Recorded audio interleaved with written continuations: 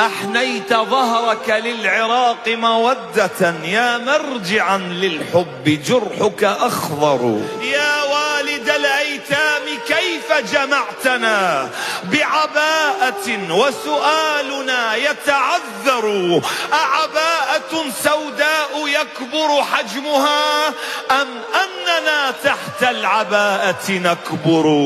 وهناك في البيت الصغير حكاية للزهد حتما في النفوس تؤثر. لا يملك البيت الصغير لنفسه، سكن القلوب وبيته يستأجر.